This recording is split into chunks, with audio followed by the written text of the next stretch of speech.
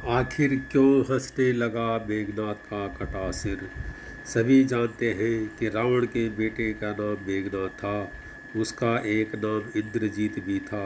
वह एक वीर राक्षस योद्धा था। मेघनाद श्री राम और लक्ष्मण को मारना चाहता था। एक युद्ध के दौरान उसने सारे प्रयत्न किए लेकिन वह विफल रहा। इसी युद्ध में लक्ष्मण के घातक बाणों से मेघनाद मारा गया। लक्ष्मण जी ने मेघनाद का सिर उसके शरीर से अलग कर दिया। उसका सिर श्री राम के आगे रखा गया। उसे वानर और रीछ देखने लगे। तब श्री राम ने कहा, इसके सिर को संभाल कर रखो। दरअसल श्री राम मेघनाद की मृत्यु की सूचना मेघनाद की पत्नी सुलोचना को देना चाहते थे।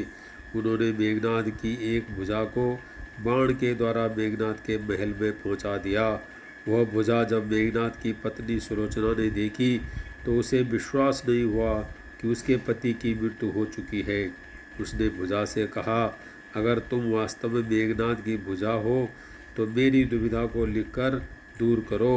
सुलोचना का इतना कहते ही भुजा हरकत करने लगी और कटे हुए हाथ ने आंगन में लक्ष्मण जी के प्रशंसा के शब्द लिख दिए। अब सुलोचना को विश्वास हो गया कि युद्ध में उसका पति मारा गया है। सुलोचना इस समाचार को सुनकर रोने लगी। फिर वह रथ में बैठकर रावण से मिलने चल पड़ी। रावण को सुलोचना ने मेघनाद का कटा हुआ हाथ दिखाया और अपने पति का सिर मांगा। सुलोचना रावण से बोली कि अब मैं एक पल भी जीवित नहीं रहना चाहती। मैं पति के साथ ही सती होना चाहती हूँ।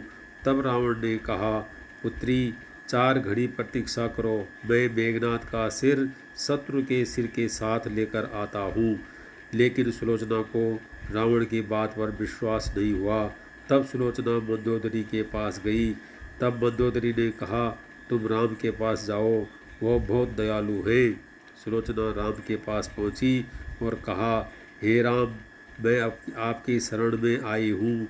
मेरे पति का सिर मुझे लौटा दे ताकि मैं सती हो सकूं।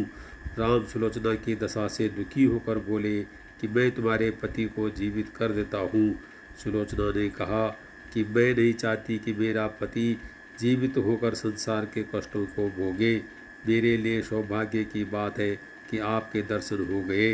राम के कहने पर सुग्रीव मेघनाद का सिर ले आए, लेकिन उनके मन में यह आशंका थी कि मेघनाद के कटे हाथ ने लक्ष्मण का गुणगान कैसे किया। श्री सुग्रीव ने कहा, मैं सुलोचना की बात को तभी सच मानूंगा जब यह नरमुंड हंसेगा।